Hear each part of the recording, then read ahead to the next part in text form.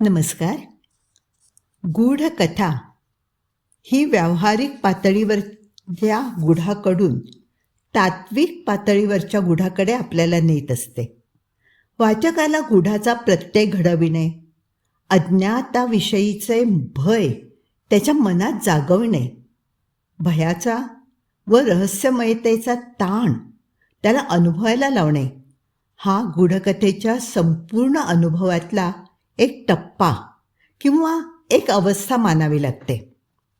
मतकरींनी या दिशेने अर्थपूर्ण प्रयत्न केला आहे हे त्यांच्या कथालेखनातून आपल्याला जाणवतं.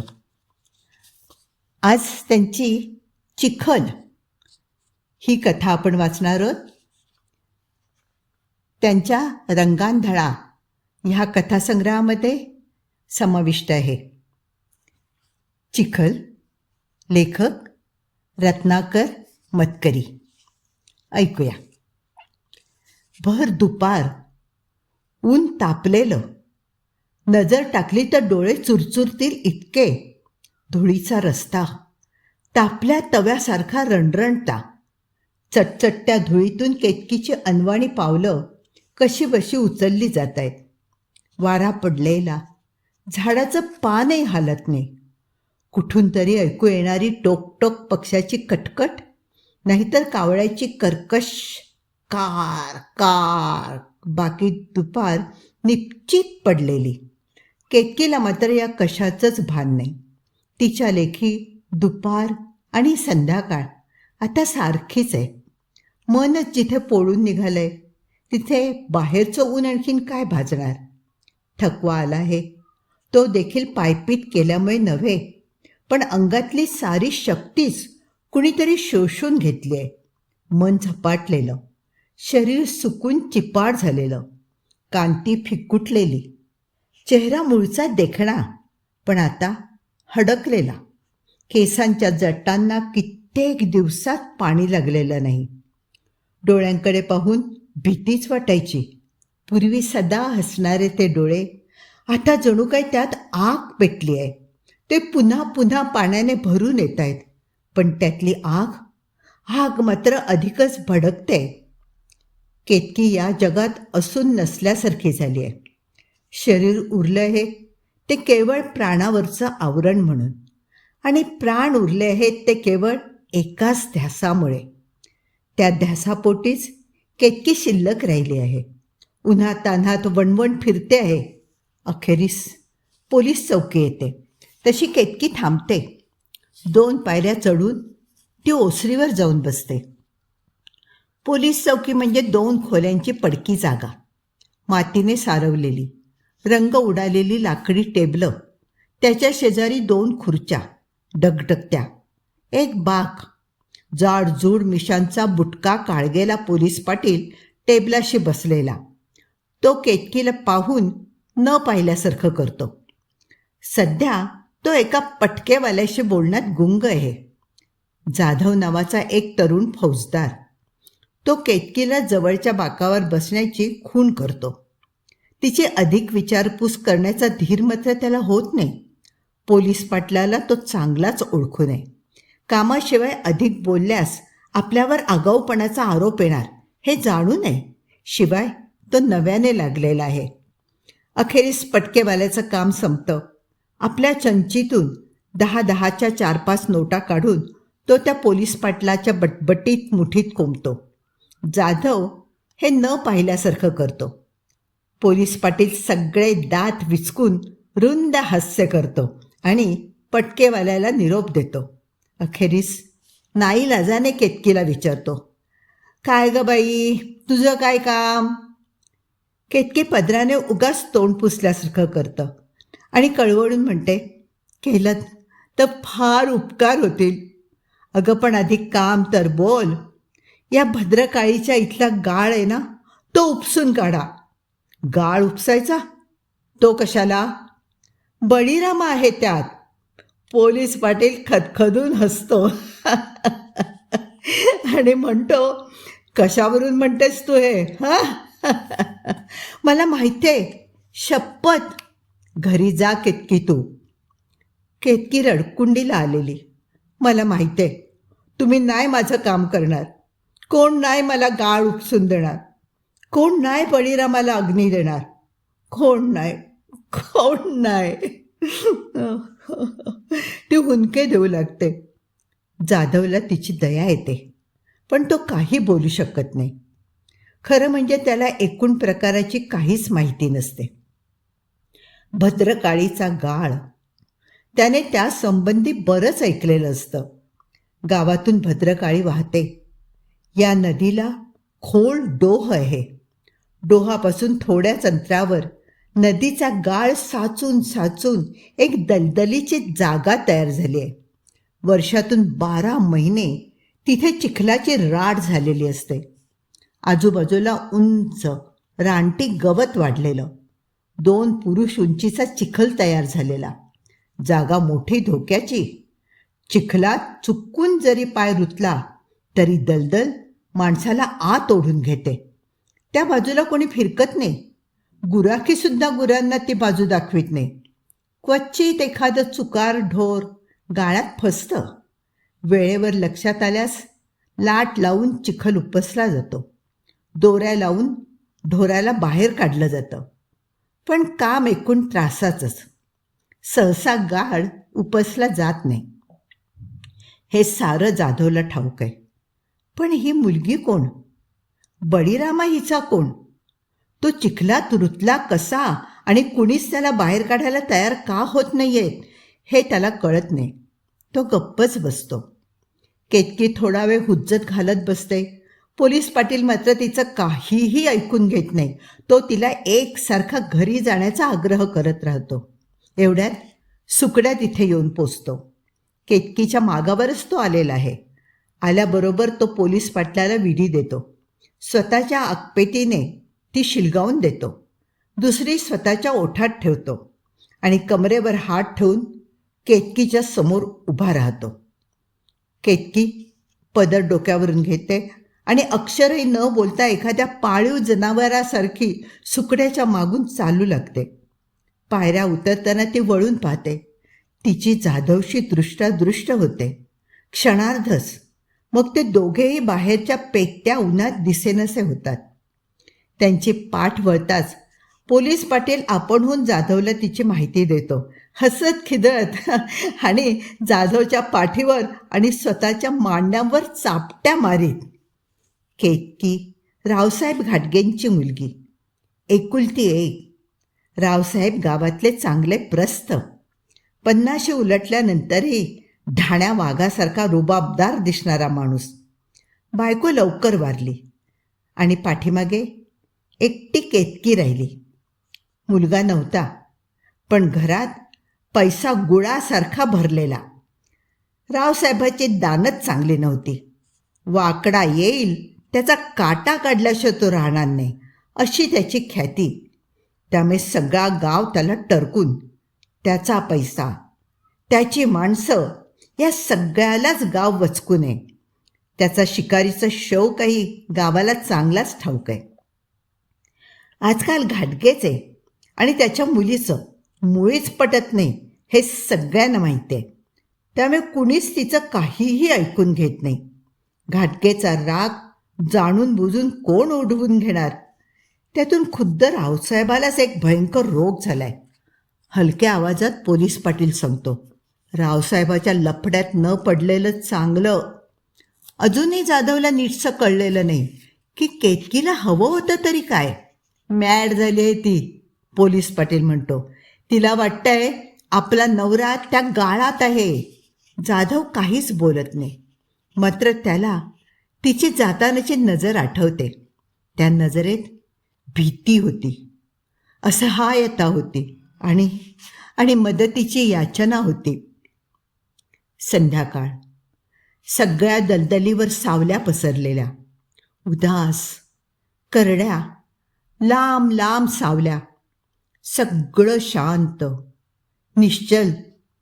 त्यामुळे दलदल दबा धरून बसल्यासारखे वाटते. मध्येच कुठेतरी हालचाल होते, बुडबुडे उठतात. त्यामुळे त्या चिखलातून घाणेरडं कुरूप असं काहीतरी एकदम डोकं बाहेर काढेल असं वाटतं. कुठेतरी पिंगळा कर्कश ओरडत जातो. दचकायला होतं. चिखलाच्या आजूबाजूला रानटी झाडं वाढलेली, चिवट वेली एकमेकीत गुंतलेल्या. पाऊल टाकलं की अडकायला होईल असं वाटतं. झाडांवरून ओघळणाऱ्या चिकट चिकाला मुंग्यांचे सर झोंबतायत. डासांचे थवे चिखलावर घोंगावतायत. दूरची झाडं काळोखात नाहीशी होऊ लागलेली. दूर कुणाच्या तरी हातातली पेटती चूड मध्येच हलून दिसेनशी होते. पण केतकीच्या हरवलेल्या नजरेला जणू यातलं काहीच दिसत नाही.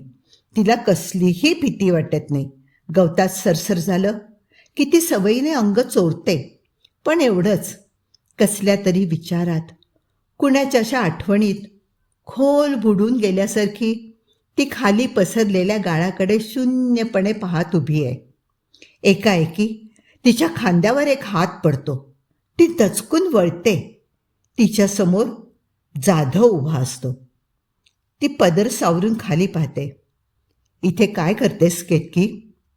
काही नाही, असं म्हणून ती आल्या वाटेने चालू लागते. जाधवही तिच्याबरोबर चालत राहतो. काही वेळ कुणीच काही बोलत नाही. मग जाधव विचारतो, बळीराम कोण? चालता चालता केतकी मध्येच थांबते.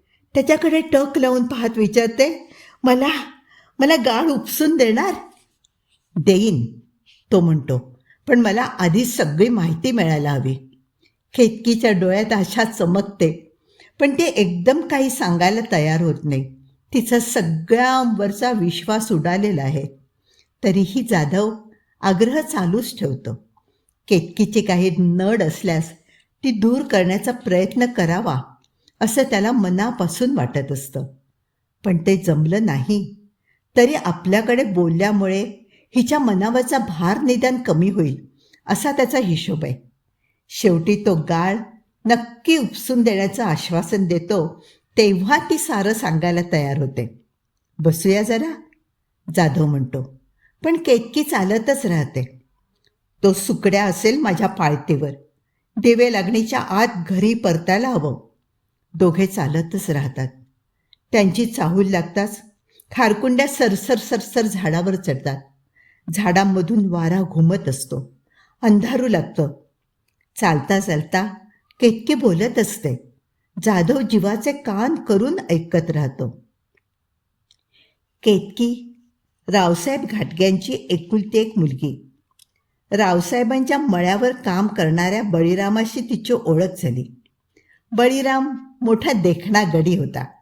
अंग कमावलेलं होतं आणि आता तो नाव देखील कमावण्याच्या मार्गावर होता. इतर गड्यांसारखा मळ्यावर राबत तो जन्म वाया घालवणार नव्हता. त्याची महत्त्वाकांक्षा त्याला स्वस्थ बसू देत नव्हती. थोडेसे पैसे साठताच त्याने रावसाहेबांचं काम सोडलं. आता तो गावात एक पिठाची चक्की उघडण्याच्या धडपडीत होता. त्याला दुसरं कुणीच नव्हतं. आई लहानपणी वारली होती. शिवाय ती होती भाविनींपैकी. त्यामुळे नावाला नाट लागण्यापुरताच बळीरामाला तिचा फायदा झाला होता. बळीरामाशी ओळख होताच केतकी नुसती चुंबकाकडे लोखंड ओढलं जावं तशी त्याच्याकडे ओढली गेली. तो बोले मिठास आणि शीळ, आहा, शीळ तर त्याहूनही गोड वाजवे. त्याची शीळ ऐकत तासन तास बसून राहावं असं केतकीला वाटे.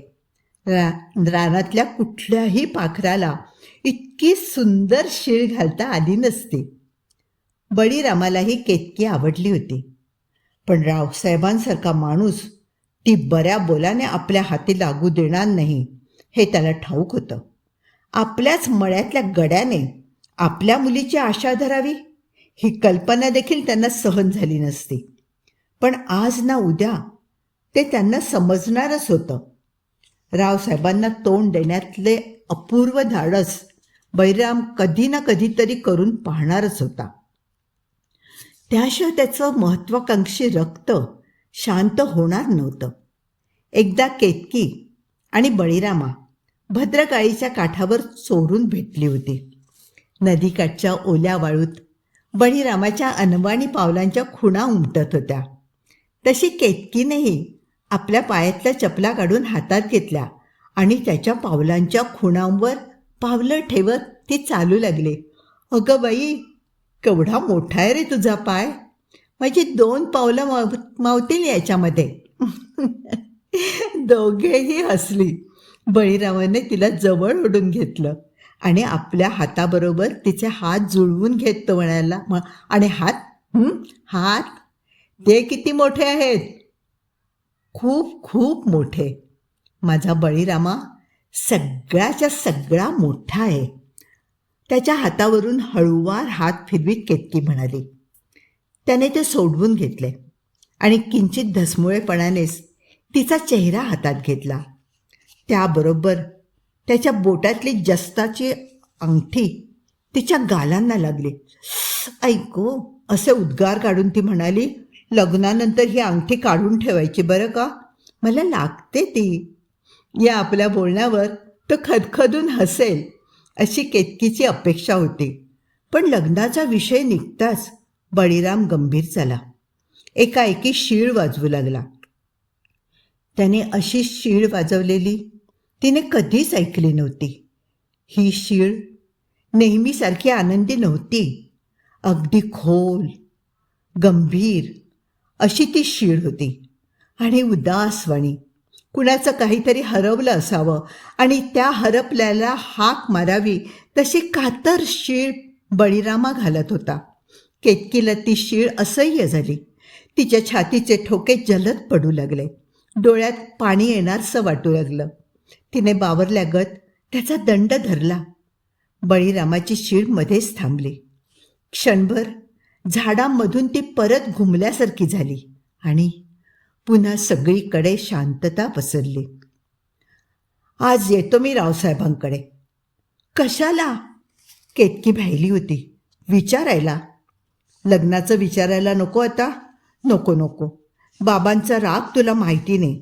अगं, पण कधीतरी विचारायला नको का? आणि ते काय मला खाणार आहेत? विचारलं तर ते कधीच हो म्हणायचे नाहीत. कधीच नाही. नाही तर म्हणतील नाही म्हणतील. पुढे बघूया काय करायचं ते. हातपाय हलवायलाच हवेत, नाहीतर मग रडत बसावं लागेल. केतकीला त्याचं म्हणणं पटलं. एकदा काय तो सोक्ष लावायलाच हवा होता. नुसतं घोंगडं भिजत किती दिवस ठेवायचं? पण ती काहीच बोलली नाही. बळीरामाला प्रोत्साहन द्यावं असंही तिला वाटलं नाही. तो आपल्या वडिलांना भेटणार हे समजल्यापासून तिच्या मनाला एक विचित्र हुरहुर लागून राहिली. त्या हुरहुरीतच ती घरी आली. पाहते तो सुकड्या रावसाहेबांची बंदूक साफ करत ओसरीवर बसला होता. केतकीने त्याला विचारलं, काय रे, ही कसली तयारी? केतकी आपण होऊन कधीही सुकड्याशी बोलत नसे. तिला सुकड्याची एक प्रकारची भीती वाटे. आज इतकी वर्ष तो घरात होता, पण कधीही तिच्याशी मायेने बोलला नव्हता. तसा तो अबोलच होता. सुकड्या नावाप्रमाणेच बारीक होता. त्याचे पंजे आणि पावलं मात्र फताडी होती. त्याचे डोळे भेदक होते आणि मान किंचित खाली झुपवून तो नजर वरती रोखायचा. गालाची हाडं वर आली होती. दात अगदी पांढरे शुभ्र एका ओळीत बसलेले आणि मोठे मोठे होते. तो हसला की त्याच्या काळ्या शार वर्णावर ते पांढरे खडूसारखे दात चमत्कारिक दिसत. त्याला कुणीच नव्हतं. एखाद्या भूतासारखा तो वाडाभर वावरे. वाटेल तेव्हा वाटेल तिथून बाहेर पडताना दिसे. कशा कोण जाणे, पण सुकड्याला दाढी मिशा नव्हत्या. त्याचा तो गुळगुळीत चेहरा अगदी बघवत नसे. रावसाहेबांचा मात्र तो आवडता चाकर होता. दिवसा देखील तो समोर आला की केतकी दचकायची. पण आज तिचं मन जागेवर नव्हतं. बळीरामा आज रात्री येणार एवढा एकच विचार तिला पुन्हा पुन्हा सुचत होता. म्हणून ती धीर करून तो प्रश्न सुकड्याला विचारू शकली. सुकड्या क्षणभर गप्पच राहिला. मग म्हणाला, आज रात्री साहेब शिकारीला जायचेत. केतकीचा जीव भांड्यात पडला. एकूण आज रात्री तरी बळीरामाची आणि त्यांची गाठ पडायची नाही. एवढ्यात माडीवरून काकणे फुटल्यासारखा हसण्याचा आवाज ऐकू आला. केतकीच्या कपाळावर आठ्या पडल्या. आजकाल वरचे वर तो आवाज ऐकू यायचा. रावसाहेबांची कीर्ती बाहेर काहीही असली तरी आजवर वाड्यावर कोणी बाई माणूस आलेलं तिला आठवत नव्हतं. पण अलीकडे कधीकधी माडीवरून एका बाईचं बोलणं हसणं ऐकू यायचं. ती कोण होती हे विचारण्याचा धीर केतकीला कधीच झालाच नव्हता. केतकी चाहूल घेत तिथेच उभी राहिली. थोड्याच वेळात पायऱ्या वाजल्या. रावसाहेबांची पाहुणी उतरली. डोक्यावरचा पदर अर्धा चेहरा झाकीत होता. त्यामुळे रूप दिसलं नाही तरी तिची स्थूलशी आकृती केतकीच्या ध्यानात राहिली. वाढत्या काळोखात ती पायऱ्या उतरून गेली. रात्र फार पडली. झाडातून किर्र वाजू लागली. जेवणीखाणी आटोपली. दूरवर एका कुत्र्याने गळा काढला. त्याचं ऐकून दुसरं, त्याच्या मागून तिसरं असं करत कुत्री विव्हळत राहिली. मग कुणीतरी खेकसलं आणि त्यांच्यावर दगड भिरकावला. तशी ती हळूहळू चुपचाप होऊ लागली. खालच्या आवाजात क्याव क्याव क्याव असं करत राहिली. अंगणात कुणाच्या तरी वाहणा आणि हातातली काठी वाजली. केतकीचा जीव कानात गोळा झाला. पाठीमागच्या दारातून तिने वाकून पाहिलं. बळीरामा अंगणातून आत आला. सुकड्याचं आणि त्याचं काही बोलणं झालं असावं.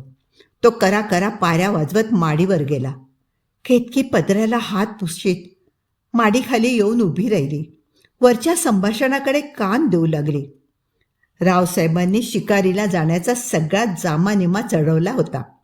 पुढ्यात बाटली ठेवून ते पीत बसले होते. त्यांनी ग्लास तोंडाला लावला आणि जिन्याजवळच्या भिंतीवर मोठी सावली पडली. पाठोपाठ चपलांची करकर ऐकू आली. रावसाहेब कोण म्हणून विचारतायत एवढ्यात बळीरामाचा बलदंड देह माडी चढून येऊन त्यांच्या समोर उभा राहिला. केतकी माडी खालून ऐकत होती. बळीरामाने आपल्या येण्याचा हेतू शक्य तेवढ्या सभ्यपणे सांगितला. पण तो ऐकताच रावसाहेब भयंकर खवळले. त्यांचे मूळचे गोल मोठे डोळे संतापाने विस्फारले. कपाळ एवढं भव्य असूनही आठ्यामुळे टिचभर दिसू लागलं. रक्त चढून चेहरा लाल बुंद झाला. जाडजूड टोकदार मिशांना पीळ देऊन ते ओरडले, ही शामत पोरा तुझी? हां, माझ्या दारचा गडी तू आणि मालकाच्या पोरीवर नजर? आता शांत राहणं बळीरामाला कठीण जाऊ लागलं. पण असं काहीतरी ऐकायला मिळेल अशी अपेक्षा त्याने ठेवलीच होती. त्यामुळे तो काहीच न बोलता चित्रासारखा बसून राहिला. आजवर कधीच तो या माडीत आला नव्हता. माडीत एक कंदील जळत होता. त्याच्या प्रकाशात रावसाहेबांची सावली हलत होती. भिंतीवर रानडुकरांची आणि काळविटांची मुंडकी लवलेली होती. ती अपुऱ्या उजेडात जिवंत वाटत होती. रावसाहेबांनी संतापाला वाट करून देण्यासाठी ग्लास रिकामा केला. त्यांची मूळची बेताल जीभ आता अधिकच सैल झाली. चक्की काढणार असलास गावात म्हणून माझी बरोबरी? हां, तुला काय वाटतंय पोरा? केतकी म्हणजे काय चिंचेचा पाला आहे का वाटेवरच्या पोराने येता जाता ओरबाडावा? शहरच्या शिकलेल्या पोरांच्या मागण्या आहेत तिला. तुझ्यासारख्या चिखलातल्या किड्याला? रावसाहेब तोंड सांभाळून बोला. केतकी श्वास रोधून ऐकत होती. वर जाऊन मध्ये पडावं की काय ते तिला सुचत नव्हतं. एका बाजूला वडिलांची भीती होती, दुसऱ्या बाजूला बळीरामाची काळजी.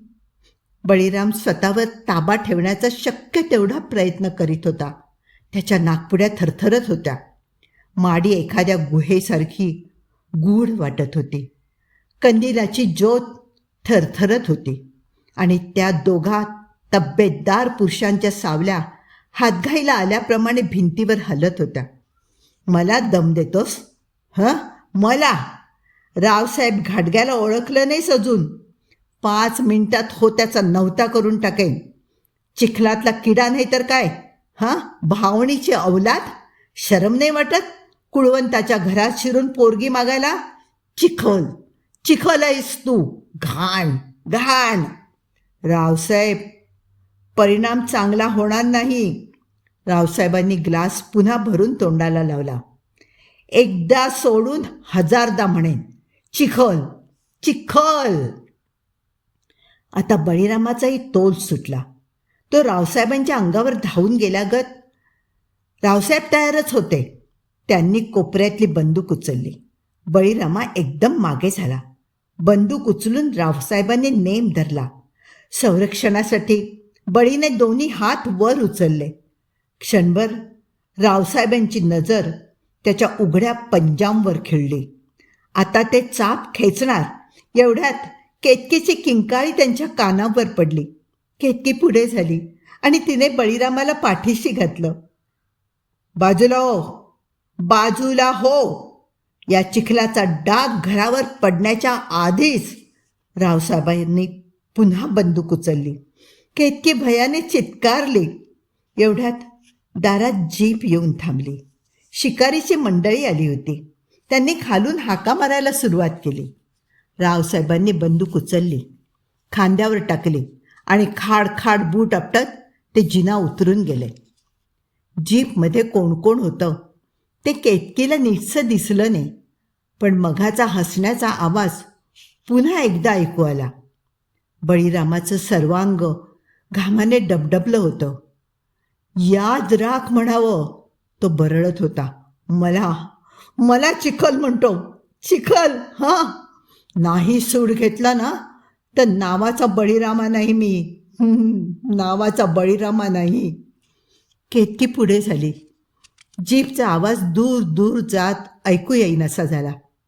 बळीरामाला शांत तरी कसं करावं हेच तिला समजत नव्हतं.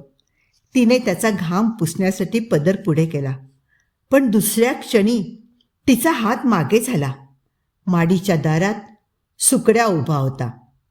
एक अक्षर न बोलता बळीरामा त्याच्या अंगावरून खाली उतरून गेला. सुकड्याने मालकाची बाटली आणि ग्लास उचलून ठेवले. कंदील उचलला आणि तो उभाच राहिला. तशी केतकी उठली आणि चालू लागली. तिच्या मागोमाग सुकड्या जिना उतरून खाली आला. रात्रभर बाहेर कुत्री विव्हळत होती. त्या रात्री केतकीच्या डोळ्याला डोळा लागला नाही. सकाळी सुकड्या सांगत आला, वरती साहेब बोलावतात. त्याची चर्या नेहमीसारखीच निर्विकार होती, पण केतकीच्या छातीत मात्र धस्स झालं. आजवर तिला नेहमीच रावसाहेबांची भीती वाटत आली होती. तसं म्हटलं तर तिच्यावर कधीच कोणी माया केली नव्हती. आई लहानपणीच गेली होती आणि रावसाहेबांनीच तिला लहानाचं मोठं केलं होतं.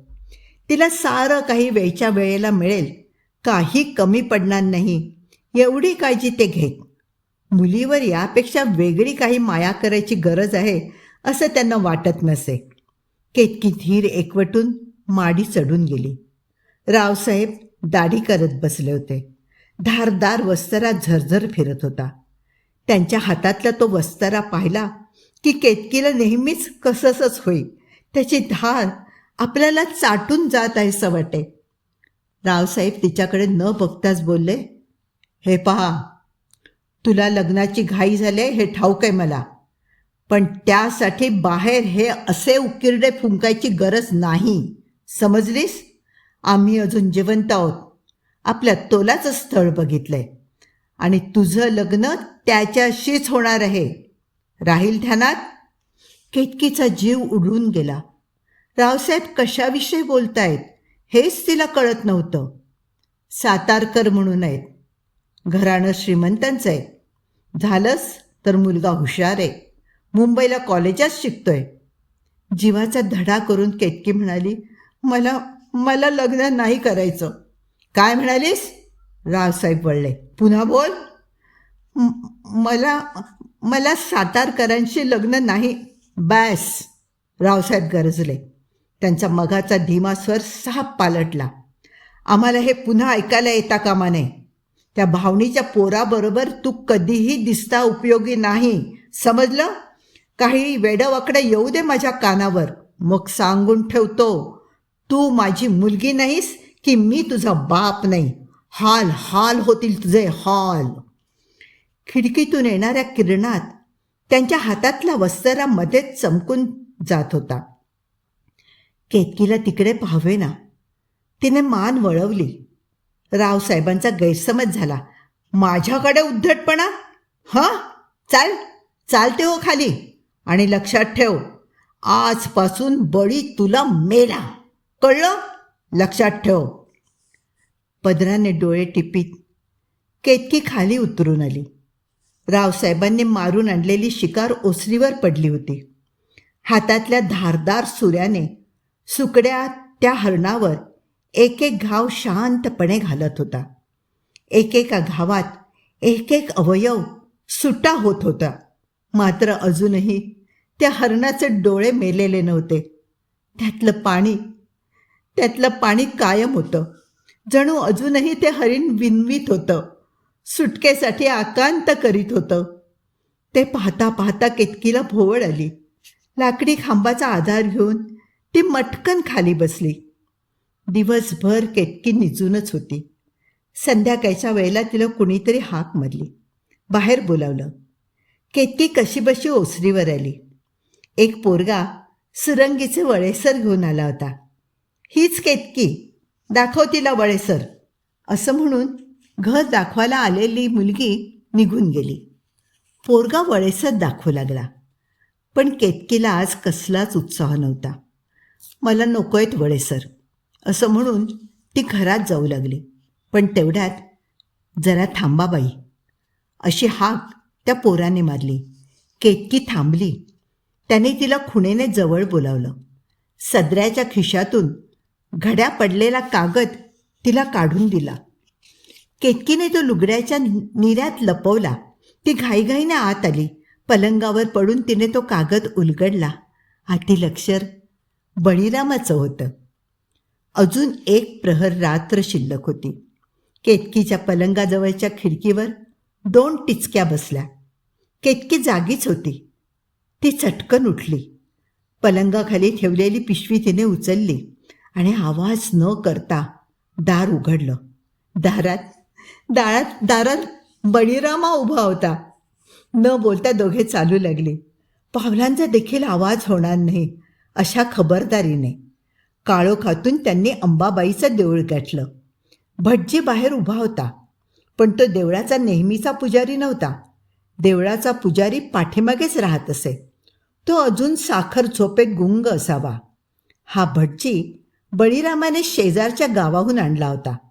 हारासुद्धा सगळं साहित्य घेऊन तो आलेला होता. केतकीची मनस्थिती विलक्षण चमत्कारिक झाली होती. अशा तऱ्हेने लग्न गुपचूप उरकण्याची पाळी आपल्यावर येईल असं तिला स्वप्नातही वाटलं नव्हतं. ते उघडकीला आलं तर काय होईल याची भीतीही वाटत होती. पण लगेच मनात येई, सकाळच्या एसटीने तर आपण गाव सोडून जाणार. पुढे निदान काही काळ तरी आपण या गावचं तोंड पाहणार नाही. आपण परत येईपर्यंत वादळ नक्कीच शमलेलं असेल. शिवाय असं लग्न करण्यावाचून दुसरा इलाजच काय होता? लग्न लांबणीवर पडतं आणि पाऊल घसरतं तर गावभर बदनामी झाली असती. जन्मातून उठावं लागलं असतं. अशा विचारानेच ती या धाडसाला तयार झाली होती. त्यातून आता बळीरामाचा आधार होता. लग्न झाल्या क्षणापासून सतत तो तिच्याबरोबर राहणार होता. मग आता घाबरण्याचं कारण काय होतं? भटजींनी चटपटीतपणे सगळे विधी उरकले. नवरा नवरींनी एकमेकांच्या गळ्यात हार घातले. भटजींनी घंटा वाजवली. दोघांनी मग अंबाबाईला हात जोडले. केतकी मनातल्या मनात म्हणाली, आई, अंबाबाई, तुझ्या लेकीला सांभाळ. बळीरामाने हात जोडायचे म्हणून जोडले. त्याला हे सारं कधी एकदा आटोपतंय असं झालं होतं. गाभाऱ्यात अंधार होता आणि एका विझत आलेल्या नंदादीपाच्या प्रकाशात अंबाबाईचे डोळे अधिकच बटबटीत आणि दगडी वाटत होते. त्यांच्यात करुणेचा अंशही दिसत नव्हता. दूरवर कोंबडं आरवायला लागलं. पाखरांचा कलकलाट सुरू झाला. हळूहळू फटफटायला लागलं. भटजीला दक्षिणा देऊन वाटेला लावलं आणि दोघे एस टी स्टँडकडे निघाले. गळ्यातले हार काढून केतकीने आपल्या हातात हरिणछाप हिंगाच्या पिशवीत टाकले होते. बस सुटायला अजून अवकाश होता. बळीरामाने सावधगिरी घेऊन जागा राखून ठेवल्या होत्या, त्यामुळे तशी पंचायत नव्हती. बळीरामा जाऊन शेजारच्या कॅन्टीनमधून 2 कप चहा घेऊन आला. तो काळा मिस्कूट चहा पिऊन सुद्धा केतकीच्या अंगात थोडी हुशारी आली. तिला विलक्षण थकवा आला होता. रात्रभर डोळ्याला डोळा न लागल्यामुळे डोकंही थोडंसं दुखू लागलं होतं. छाती अजूनही धडधडत होती.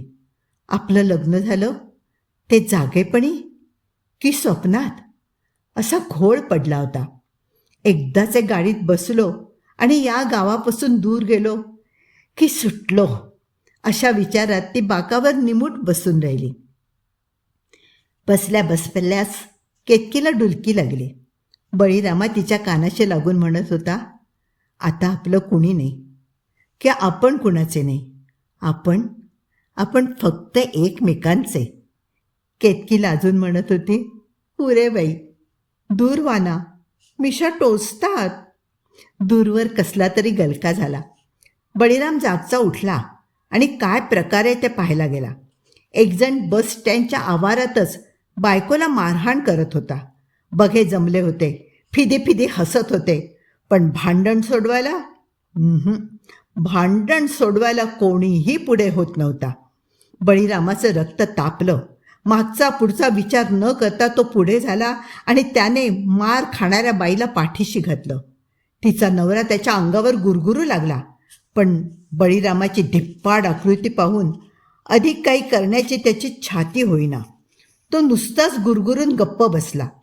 मग काही लोकांनी जाऊ दे असं म्हणत बळीरामाला बाजूला काढलं. बायकांकडे हुशारी असं काहीसं बडबडत बळीरामा त्यांच्याबरोबर चालू लागला. अचानक एक जीप येऊन त्यांच्यासमोर थांबली. तक्षणी वेळ न गमावता त्या चौघांनी बळीरामाला आत ढकललं. तो काही बोलू शकण्याच्या आतच जीप सुरू झाली. रो आवाज करत धुळीचा एक लोट उठवीत बळीरामाला घेऊन चालती झाली. केतकीचं सुखस्वप्न काही क्षणात संपलं. ती जागी होऊन पाहते, तो बळीरामा जवळ नाही, गेला असेल जवळच कुठेतरी, म्हणून तिने काही वेळ वाट पाहिली. पण हळूहळू बस सुटण्याची वेळ झाली आणि लोक धावपळ करू लागले. तरीही जेव्हा का तो येईना, तेव्हा मात्र तिला काळजी वाटू लागली. 2 पिशव्या उचलून ती पळत सुटली. सगळा स्टँड पालथा घालून आली. तिला बळीरामा कुठेच दिसला नाही. रडवेली होऊन ती पहिल्या जागी परतली. अखेरीस एस टीची बस सुटली. तरीही बळीरामा परतला नाही. केतकीला हुंदका फुटला. धुळीत काहीतरी पडलेलं तिला दिसलं. त्यांच्या लग्नाचे हार होते ते. तिने ते पिशवीत कोंबले होते. या धावपळीमध्ये ते पिशवीतून खाली पडले असावेत. अजूनही ते ताजे होते. केतकी पळत जाऊन ते उचलणार इतक्यात बस मागे आली आणि वळण घेऊन चालू लागली. बसची चाकं धुळीत पडलेल्या त्या हारांवरून गेली. केतकीला ते पाहावेना. तिने मान फिरवून डोळ्यांवर हात घेतले. पण एवढ्यात जे दिसलं त्यामुळे ती विलक्षण डचकली. तिच्यासमोर सुकड्या उभा होता. एक शब्दही न बोलता तो खाली वाकला. त्याने 2 पिशव्या उचलल्या आणि तो शांतपणे वाड्याच्या दिशेने चालू लागला. वाड्यात शांतता होती. रावसाहेब कुठेतरी बाहेर गेल्याचं समजलं. केतकीशी कोणी एक अक्षरही बोललं नाही. ती मुक्काट्याने आपल्या खोलीत गेली आणि पडून राहिली. कुणीतरी जेवणाचं ताट घेऊन आलं, पण केतकी जेवली नाही. ती नुसती पडूनच राहिली. तिला अगदी आजारासारखं वाटत होतं. उठण्याची शक्तीही तिच्या अंगात नव्हती.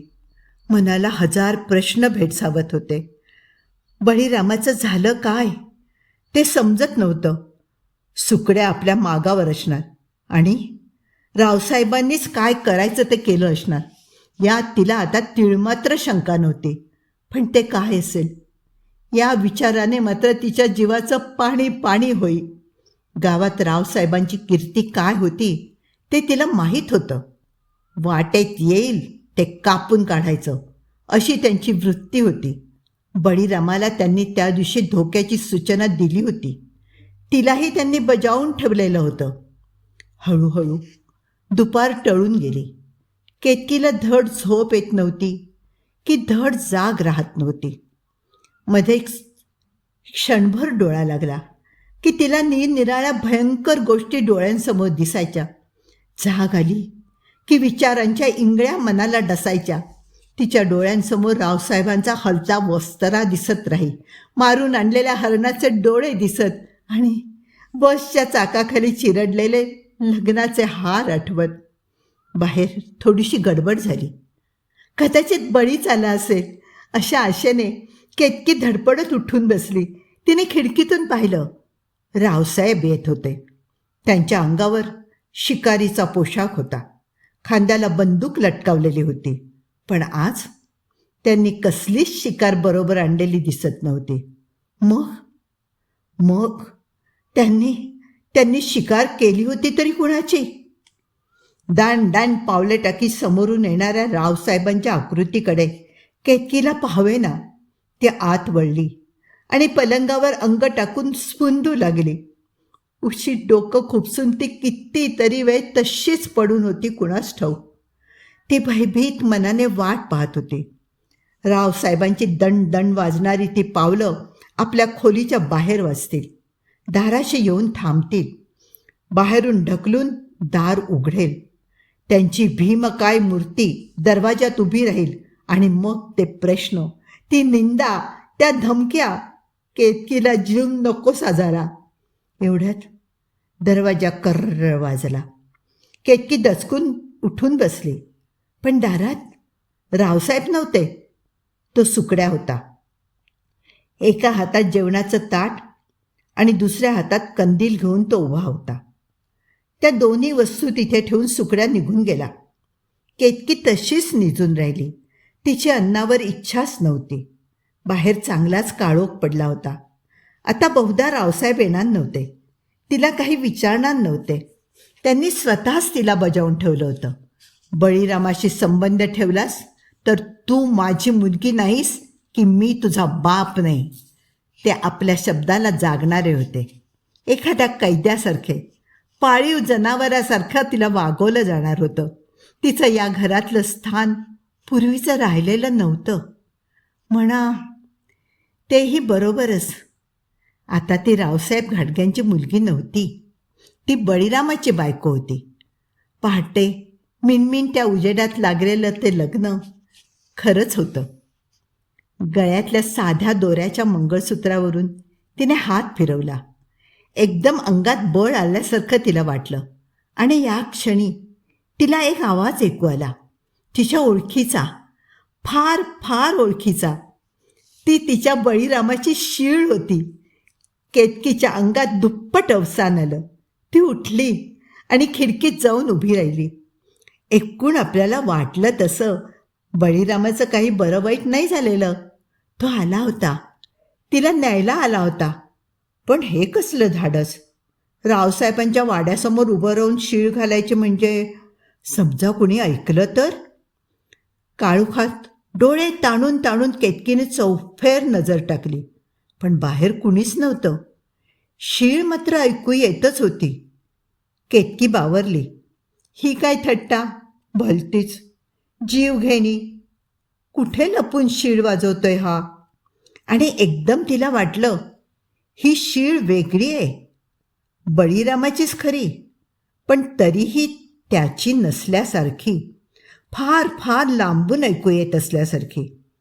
नेहमीसारखी मजेत घातलेली नव्हे, अगदी उदासवाणी, करुण आणि तरीही फार कर्कश. कोणीतरी टाहो फोडावा तशी, कोणीतरी ऊर फोडून रडत असावं तशी. ती शीळ ऐकता ऐकता केतकीच्या काळजाचं पाणी पाणी झालं. ती आत वळली. पण ती शीळ सबंद खोलीत घुमत होती. खोलीच्या कानाकोपऱ्यातून शेकडो माणसं एका सुरात शीळ घालीत असावी तसं वाटत होतं. शीळ ऐकावीशी तर वाटत होती, पण ऐकताना जीवाचा थरकापही होत होता. भास म्हणावा तर सबंध खोली नुसती त्या शिळेने दुमदुमत होती, हादरत होती, पण तरीही ती दुसऱ्या कुणाला ऐकू येत नसावी, कारण घरात तशी काहीच हालचाल नव्हती. थकल्यासारखी होऊन केतकी भिंतीला डोकं टेकून उभी राहिली. एवढ्यात कुणाचा तरी हात डोक्यावरून फिरल्यासारखं तिला वाटलं. तिने दचकून मान वर उचलली. तिला कुणीच दिसलं नाही. फक्त जवळच भिंतीवर एक डाग पडला होता. ती बघते आहे एवढ्यात त्याच्या शेजारीच दुसरा एक मोठा डाग पाहता पाहता उमटला. सगळं धैर्य एकवटून केतकीने कोपऱ्यातला कंदील उचलला आणि त्याच्या प्रकाशात वर पाहिलं. तिला जे काही दिसलं त्याने तिचं भान पुरतं हरपलं. ते 2 डाग हाताच्या पंजांचे होते. ओल्या ओल्या चिखलाने डबडबलेल्या 2 रुंद तळहातांचे डाग आणि त्यातल्या डाव्या हाताच्या मधल्या बोटाच्या पेरात सुटलेली जस्ताच्या अंगठीची जागा. चिखल. कंदिलाच्या पिवळट प्रकाशात त्या पांढऱ्या स्वच्छ भिंतीवर ओला शार लालवट चिखल चकचकत होता. केतकीची सारी भीती पार ओसरली. तिला अंदेशा मिळाला होता. तिच्या बळीरामाने तिला आपला पत्ता कळवला होता. भद्रकाळीच्या दलदलीतला तो लालवट चिखलच आता त्याचं घर झाला होता आणि तिथे तो कायमची काळझोप घेत पडला होता. म्हणा त्याला झोप तरी कुठे लागली होती. तो तर बेचैन होऊन सर्वत्र संचार करत होता. पहिली धाव त्याने घेतली होती ती आपल्या जीवाच्या कलिजाकडे. टाहो फोडून त्याने शीळ घातली होती. आपल्या मायेच्या सखी सोबतणीच्या डोक्यावरून हात फिरवला होता आणि तिला आपली खूण पटवली होती. एका क्षणात हे सारं केतकीच्या ध्यानात आलं. तिला कळलं की तिचा बळीरामा आता या जगात नव्हता. आता तो भद्रकाळीचा झाला होता. पण हे लक्षात येऊनही केतकी रडली नाही. तिच्या डोळ्यांचं मुळी पाणी साठलं. ते भीषण सत्य समजताच दुःखाने तिचं भान हरपलं. ती वेडी पिशी झाली. केतकी मग पूर्वीची लाजवट कुळवंतीन राहिली नाही. ती केवळ एका प्रचंड वेदनेची चूड झाली. तिने कंदील खाली ठेवला आणि चिखलाच्या त्या ओल्या ठशांवरून हलकेच बोट फिरवलं. त्या पंजांजवळ डोकं टेकवलं आणि ती पहाटेच्या प्रकाशातला लग्न सोहळा आठवू लागली. त्या हातात गुंतलेले हात, ती जोडीने टाकलेली 7 पावलं, काही घटकाच, केवळ काही घटका टिकलेली ती सोबत.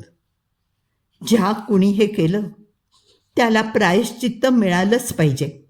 केतकी मनातल्या मनात तळमळून म्हणाली, सूड घेणारे मी, सूड सूड.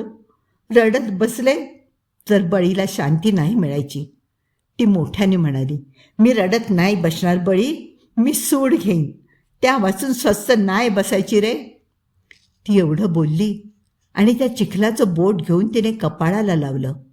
तसे पाहता पाहता ते चिखलाचे ठसे भिंतीवरून नाहीसे झाले आणि किन्न वाजणारी ती शीळसुद्धा एकदम थांबली. केतकी खाली बसली. हातातला काचेचा हिरवा चुडा तिने फोडून टाकला. गळ्यातलं मंगळसूत्र काढून कोपऱ्यात फेकून दिलं. जेवणाचं ताट उचलून त्या आजच्या दिवसात पहिल्याने खोलीबाहेर पडली.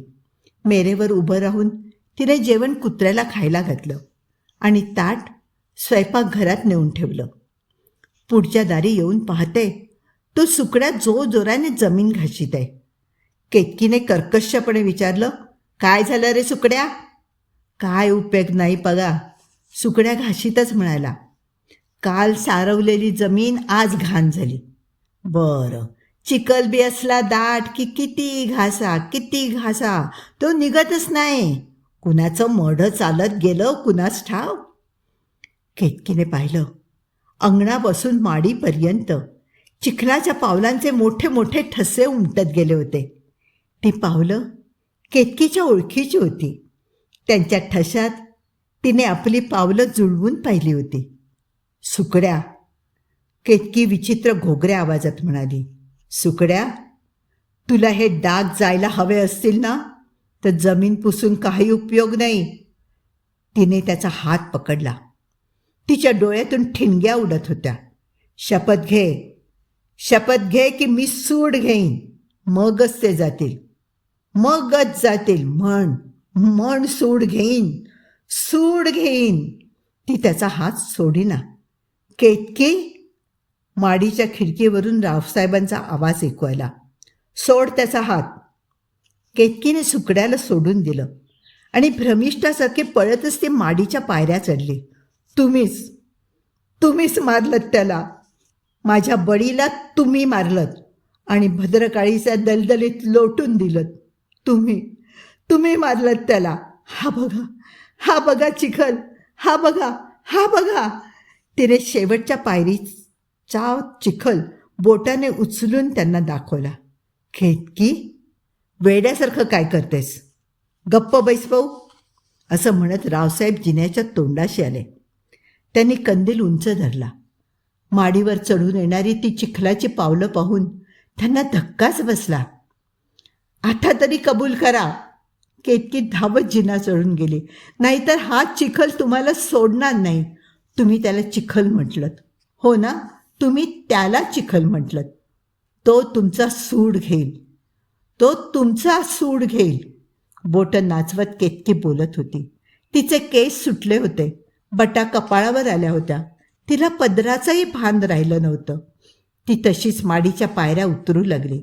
मी सबंध गावाला जाऊन सांगेन की तुम्ही आपल्या मुलीला विधवा केलत. तुम्ही आपल्या जावयाचा खून करून त्याला दलदलीत फेकलत. मी सांगेन. केतकी थांब. रावसाहेब तिच्या मागोमाग जिना उतरून खाली येऊ लागले. केतकी, मी बळीला. पुढे काही बोलणार इतक्यात रावसाहेब मटकन खाली बसले. साहेब म्हणत सुकड्या धावला. रावसाहेब हातपाय झाडीत होते. डाव्या हाताने त्यांनी आपला उजवा तळवा घट्ट धरून ठेवला होता. जणू काही त्याच्यातून विलक्षण कळा येत होत्या. आग आग आग होते, आग होते, ते ओरडत होते. हतबुद्ध होऊन केतकी थांबली. मोठ्या प्रयासाने सुकड्याने रावसाहेबांच्या उजव्या हाताची मूठ उघडली. त्यांच्या तळहातावर एक पावली एवढा चिखलाचा डाग उमटला होता. सुकड्याने रावसाहेबांच्या हातावर लोणी सोडलं, तूप ओतलं, तरीसुद्धा हाताची आग थांबेना. मलमपट्टी केली तरी काही उपयोग होईना. कशीबशी रात्र गेली. रावसाहेबांच्या माडीच्या जिन्यातले ते डाग सकाळी आपोआप दिसेनासे झाले. सुकड्या डॉक्टरांना बोलवायला गेला. केतकी रात्रभर झोपलीच नव्हती, पण तिचा कालचा आवेश कमी झाला होता. मलूल डोळ्यांनी ती एका जागी बसून होती. डॉक्टर आले, पण त्यांना समाधानकारक निदान करता आलं नाही.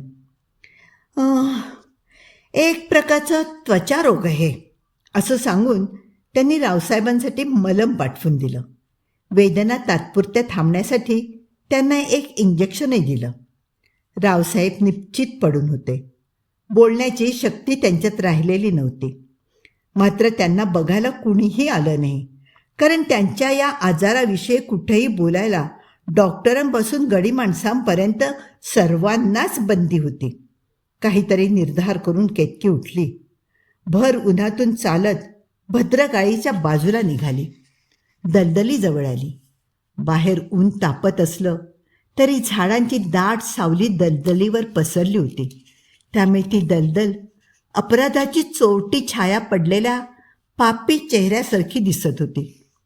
आसपास कुणीच नव्हतं. एक प्रकारची अस्वस्थ शांतता तिथे घोटाळत होती. बुडबुड्यांचा तडतड आवाज अधूनमधून येत होता. वाटायचं की शांततेचा हा मोठा बुडबुडा एकाएकी फाट दिशी फुटून जाईल आणि मग सारं रान त्या दलदलीत गाडल्या गेलेल्या पापांनी गजबजून उठेल. आणि एकाएकी एक मंद खालच्या स्वरातली शीळ असं म्हणतात घुमू लागली. ती शीळ कालच्या शिळेसारखी कांठाळ्या बसवणारी नव्हती. अगदी हलकेच कोणीतरी या रानात, या चिखलात, या वाऱ्यात इथे राहत असलेलं कुणीतरी गुणगुणत असावं तशी ती शीळ होती. पण तरीही ती ऐकून केतकीच्या अंगावरून सरसरून काटा आला. हळूहळू ती शीळ तिच्या डोक्यात घुमू लागली, रक्तात पसरू लागली. केतकीचं भान गेलं. आता तिला त्या शिळेशिवाय दुसरं काही ऐकू येऊन नसं झालं. बुडबुड्यांच्या लक्ष तोंडांनी पुटपुटणाऱ्या, फेसाने लडबडलेल्या, कृमी कीटकाने बुजबुजलेल्या त्या लालवट दलदलीशिवाय दुसरं काही दिसेनासं झालं. तिच्या जीवाचा सखा तिथे झोपला होता. त्याच्या घरात जायला तिला कसली भीती. एक पाऊल गाळात रुतलं की बस, देहाला मग आपोआपच ओढ लागेल. मग कायमची सोबत, कुणालाच तोडता येणार नाही अशी एक अतूट नातं. त्या मंद भिरभिरत्या शिळेच्या तालात केतकीनं पाऊल उचललं आणि ती ते गाळात ठेवणार इतक्यात कुणीतरी तिच्या दंडाला धरून तिला मागे ओढलं. केतकी दूर हिरवळीवर जाऊन पडली. तिने इकडे तिकडे पाहिलं. जवळ कोणीच नव्हतं. फक्त तिच्या दंडावर एक चिखलाची खूण उमटली होती, चिखलाचा हात लागावा तशी. मात्र रावसाहेबांच्या हातावरच्या खुणेसारखी ही खूण जळजळत नव्हती. ही पाहती खूण. केतकी आपला दंड जाधवला दाखवीत म्हणते, कालपासून थोडी पुसट झाली आहे. जाधव चक्रावून जातो. केतकीच्या हकीकतीवर विश्वास ठेवणं कठीण असतं, पण तिच्या बोलण्यात संगती असते. त्यामुळे तिला वेडं ठरवणंही कठीण आहे. शिवाय हा पुरावा तिच्या दंडावरच्या चिखलाचा. मी घरी परत गेले. केतकी सांगत होती, माझ्या बळीरामाने मला मरणापासून मागे ओढलं. त्याला मी दलदलीत यायला नकोय. बाहेर राहून मी त्याच्या मरणाचा सूड घ्यायला हवाय. त्याशिवाय तो शांत होणार नाही. काल रात्रीसुद्धा माझ्या खोलीत चिखलाचे ठसे उमटले. मी सूड घ्यायचं कबूल केलं तेव्हा ते गेले. पण मी करू तरी काय? मला काही सुचन असं झालंय. आपण सूड घेऊ शकत नाही केतकी. आपण? जाधवच्या शब्दातल्या आपुलकेने केतकी चमकते. तिला खूप खूप बरं वाटतं, हलकं हलकं वाटतं. आपल्याला वेड्यात काढणाऱ्या संबंध गावापेक्षा हा एक माणूस वेगळा आहे या विचाराने ती काहीशी सुखावते. आपण सूड घ्यायची गरज नाही केतकी. तो तुझा बळीरामच आपल्यापेक्षा अधिक चांगलं करू शकेल. आपण फक्त खरोखर काय घडलं ते शोधून काढायला पाहिजे. अपराध्याला शिक्षा होईलच, पण त्याआधी आपण बळीरामाला, अपराधी कोण आहे हे मला ठाऊक आहे. रावसाहेब? हो, तसं नसतं तर हातावरच्या चिखलाने ते असे तळमळत पडले नसते. तो चिखलाचा डाग दिवसेंदिवस चरत गेला नसता. तो चिखल इथला आहे, दलदलीतला. माझी खात्री आहे बाबांनी त्याचा खून करून त्याला दलदलीत. जाधवराव, मी तुमच्या पाया पडते हो. माझ्या बळीला त्या दलदलीतून बाहेर काढा. अग्नी तरी द्यायला हवा हो त्याच्या प्रेताला. केतकी मुक्तपणे रडू लागते. एव्हा ना आभाळ नक्षत्रांनी भरून गेलेलं असतं. जगल्या गुरवाला भयंकर आश्चर्य वाटून राहिलेलं असतं. नवा फौजदार जाधव आपल्याकडे रातोरात येतो काय? आपला रोडका बैल भद्रकाळीच्या दलदलीत घालायला सांगतो काय? तो मेल्यास त्याच्या किमतीहून 50 रुपये जास्त द्यायला तयार होतो काय? आणि मुख्य म्हणजे हे सगळं या कानाचं त्या कानाला कळू न देण्याची अट घालतो काय? हे गौड बंगाल जगल्याला मुळीच उलगडत नाही. पण फौजदाराला नाही म्हणणं शक्य नसतं, म्हणून तो या सगळ्या यातायातीला तयार होतो. जगल्या स्वतःची गुरं स्वतःच चरायला नेतो. त्यामुळे नजर चुकवून बैल दलदलीत घालणं त्याला सोपं असतं. त्याप्रमाणे करून तो बैल दलदलीत गेल्याची बोंब ठोकीत पोलीस चौकीवर हजर होतो. पोलीस पाटलाकडे आज सोनाराच्या घरावर रेड टाकण्याचं काम असतं. त्यात लग्गाही साधला जाणार असतो. म्हणून तो जगल्याकडे विशेष लक्ष न देता जाधवाला त्याच्याबरोबर लावून देतो. दलदल उपसण्याची लाट असते नरसुवाण्याकडे. जगल्याला बैलाकडे दुर्लक्ष केल्याबद्दल 4 शिव्या हसडून तो ती देतो. लाट घेऊन जाधव आणि जगल्या दलदलीजवळ पोचतात. तोवर तिकडे अर्धा गाव जमलेला असतो. सगळे जगल्याला राखणीतल्या चुकारपणासाठी ठेवणीतल्या शिव्या देतात. त्या माऱ्याने हपकून जाऊन जगल्या खरं ते सांगून टाकतो की काय अशी जाधवाला काळजी वाटते. पण जगल्याचं सगळं लक्ष बैल मरतो का आणि 50 रुपये अधिक मिळत आहेत का इकडेच लागलेले असतं. त्यामुळे तो तोंडातून चकार शब्द काढत नाही. बैल ठो ठो हमरत असतो आणि सुटण्याच्या धडपडीत अधिकाधिक खोल जात असतो. लाटेचा दांडा पलीकडे टाकला जातो. दोर बांधण्यात येतात. लाट खाली सोडण्यात येते. तिला धरून 2 लंगोटी लावलेले बापे खाली उतरतात. बैलाच्या आजूबाजूचा चिखल उपसून टाकू लागतात. एका ठिकाणचा चिखल उपसताना पलीकडचा चिखल तिकडे जमा होतो. त्यामुळे थोडं दूरपर्यंत उपसावं लागतं आणि एकदम चिखल उपसणारे बापे ओरडू लागतात. त्यांना माणसाचं प्रेत सापडलेलं असतं. बघणारी सारी मंडळी शहारतात. प्रेत वर आणण्यात येतं. विलक्षण दुर्गंधी सुटते. प्रेत चिखलाने लडबडलेलं असतं. त्याचा बराचसा भाग किड्यांनी खाल्लेला असतो. तरीही ते बळीरामाचं असल्याचं सगळे ओळखतात. सगळी मंडळी आपापसात कुजबुजू लागतात. पण मोठ्याने बोलून आपला तर्क सांगण्याची कुणाचीच छाती होत नाही.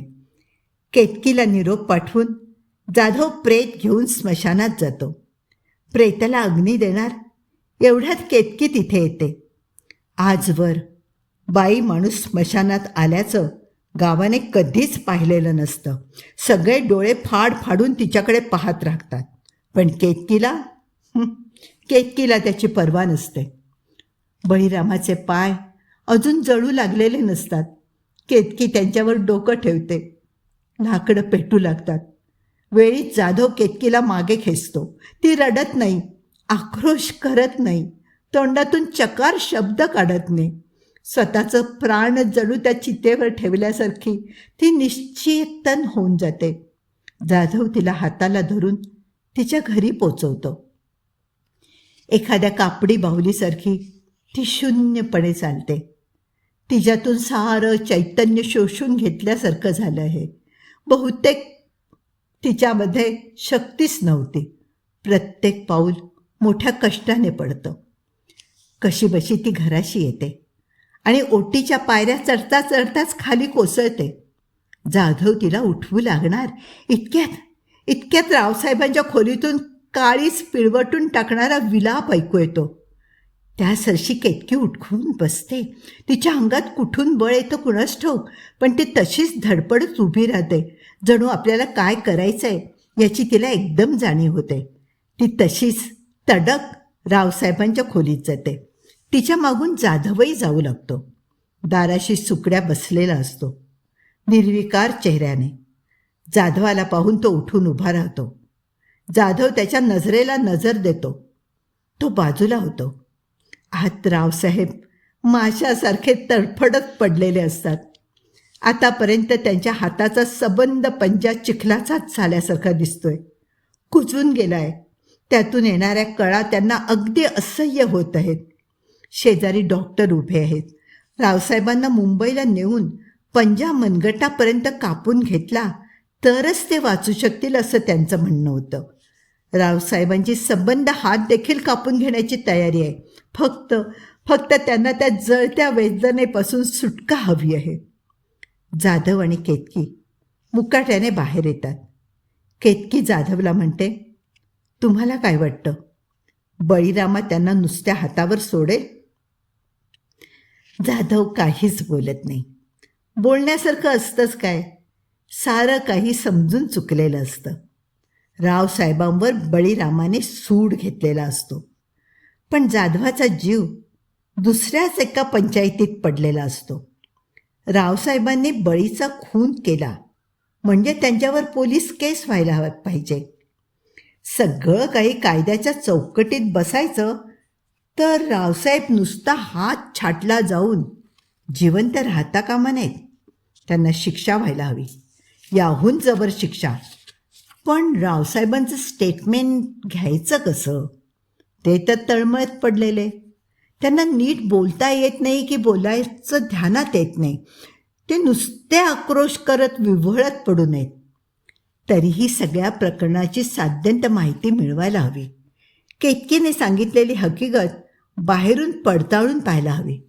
रावसाहेबांच्या आजूबाजूच्या साऱ्या माणसांना भेटून या गुन्ह्याचे धागेदोरे मिळवायला हवेत. आणि एकदम एक नाव त्यांना लख्ख सुचतं. सातारकर. जिल्ह्याच्या गावी कॉलेजात शिकत असलेल्या सातारकर. केतकीचं लग्न त्याच्याशी लावून देण्याचा रावसाहेबांचा विचार होता. रावसाहेबांच्या बेतांची कदाचित थोडीफार कल्पना असेल त्याला. दिवसभर फिरून जाधव सातारकरची माहिती गोळा करतो. सातारकर तसा काही वयाने लहान नसतो, पण अजून त्याचं कॉलेजात चाललेलं असतं. आई शेजारच्या गावात राहून घर सांभाळते. आता मुलाचं लग्न व्हावं आणि त्याने मार्गाला लागावं एवढीच तिची इच्छा. पण त्याचं शिक्षण संपतच नाही. रावसाहेबांची आणि सातारकरच्या आईची जुनी गट्टी. केतकीला स्वतःची सून करून घ्यायचं त्या बाईच्या मनात. रीतसर मागणीसुद्धा घातलेली असते तिने. जाधवला आठवतं, केतकीने सांगितलेल्या हकीकतीमध्ये ती बाई मोठ्याने हसणारी, स्थूल, मध्यम वयाची. जाधव सकाळीच उठून शेजारच्या गावी जातो. सातारकरांचा वाडा शोधून काढणं त्याला कठीण जात नाही. वाडा चांगला चौसोपी पण जुनाट, जागोजागी पोखरलेला, ढासळलेला. कित्येक वर्षांपूर्वीच त्याची डागडुजी करून घ्यायला हवी होती, पण घरात पुरुष माणूस नसावं. वाड्याच्या दर्शनी दरवाजा उघडा असतो. जाधव सरळ आत शिरतो, पण आतील दरवाजाला कुलूप. काय करावं बरं, अशा विचारात जाधव क्षणभर तसाच उभा राहतो. एवढ्यात कुठूनशी एक जख्खम म्हातारी येते. केसांची पिकून चांदी झालेली, नाक भुईला लागलेली अशी. सातारकर इथेच राहतात ना, जाधव विचारतो. तो इथे नाही, बाहेरगावी गेलाय. आणि त्याची आई, जाधव धीर करून विचारतो. तीही नाही. ती जखणीसारखी बाई वस्कन अंगावर येते, दिसत नाही, कुलूप येते. जाधव विचारात पडतो.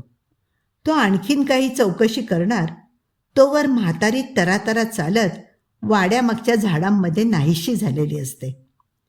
निराश होऊन तो परत जाण्यासाठी पाऊल उचलतो आणि त्याच क्षणी एक जीप वाड्याच्या दर्शनी दरवाजासमोर येऊन थांबते. आतून एक काळगेला कृश माणूस उतरतो आणि त्याच्या मागून जाधवला आश्चर्याचा धक्का बसतो. त्या माणसामागून केतकी खाली उतरते. केतकी? जाधव पुढे होतो. केतकी धावतच येऊन त्याच्या हाताचा आधार घेते. मला यांनी इथे आणलं, या सातारकरांनी. मला भीती वाटते हो. सातारकर गप्पच उभा, जाधवला पाहून गोंधळलेला. तुम्ही भेटला नसता तर माझं काय झालं असतं, केतकी केविलवाण्या आवाजात बोलते. यांनी मला फसवून इथे आणलं. म्हणाले तुला यायलाच हवं, माझ्या आईला तुला भेटायचंय. आणि इथे घराला कुलूप आहे. जाधवला पाहून तिला बराच धीर आलेला असतो. काय हो, खरंय ना ही सांगते ते? जाधव दरडावून विचारतो. सातारकर काहीच बोलत नाही. तो नुसता त्यांना पाठीमागून येण्याची खूण करतो. तिघेही वाड्याच्या पाठीमागच्या बाजूला येतात. एका बंद दरवाजाशी येऊन उभे राहतात. मी खोटं सांगितलं नाही, सातारकर अगदी थकलेल्या आवाजात बोलतो. खरोखरच आईला हिला भेटायचं आहे. अगदी जरुरीचं आहे, खूप जरुरीचं आहे. तो दार ढकलतो. या, आत या. आत विलक्षण काळोख आहे. काळोखाला डोळे सरावताच एक मुटकुळं पलंगावर दिसू लागतं. आली सुनबाई? पलंगावरून आवाज येतो.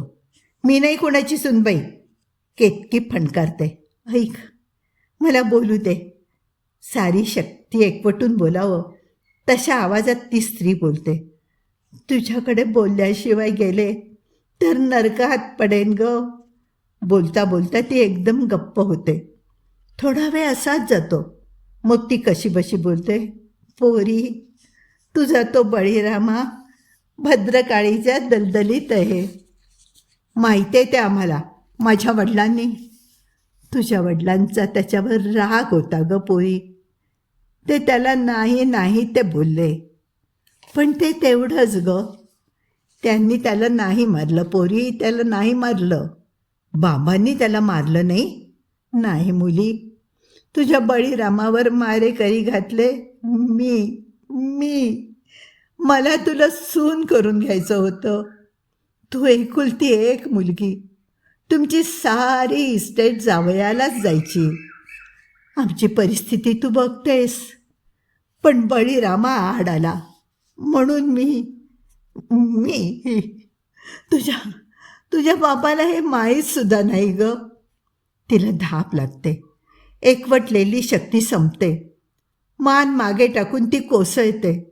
आई असा अस्फुट उद्गार काढून सातारकर चेहरा हातात लपवतो, पण तिच्या जवळ मात्र जात नाही. जाधवला ते विचित्र वाटतं. तो पलंगाच्या पायथ्याची बंद खिडकी उघडून टाकतो. बाहेरून प्रकाशाचा लोट खोलीत शिरतो. त्या प्रकाशात जे दिसते त्याने केतकी किंचाळते. पलंगावर माणूस म्हणण्यासारखं कुणी नसतंच. एक चिखलाचा, भद्रकाळीतल्या लालवट चिखलाचा पायापासून डोक्यापर्यंत कुजलेला, सडलेला मानवी आकाराचा पुतळा तिथे पडलेला असतो. काही क्षणांपूर्वी बोलणारा आणि आता सारी चेतना संपलेला. खिळ्यासारखी होऊन केतकी आणि जाधव त्या चिखलाच्या आकृतीकडे पाहतच राहतात. ती खडबडून जागी होतात. ती उघड्या खिडकीतून ऐकू येणाऱ्या शिळेने. हळूहळू ती शीळ साऱ्या खोलीभर पसरते, साऱ्या वाड्यात घुमू लागते. पण आता तिच्यातला विलाप संपलेला असतो.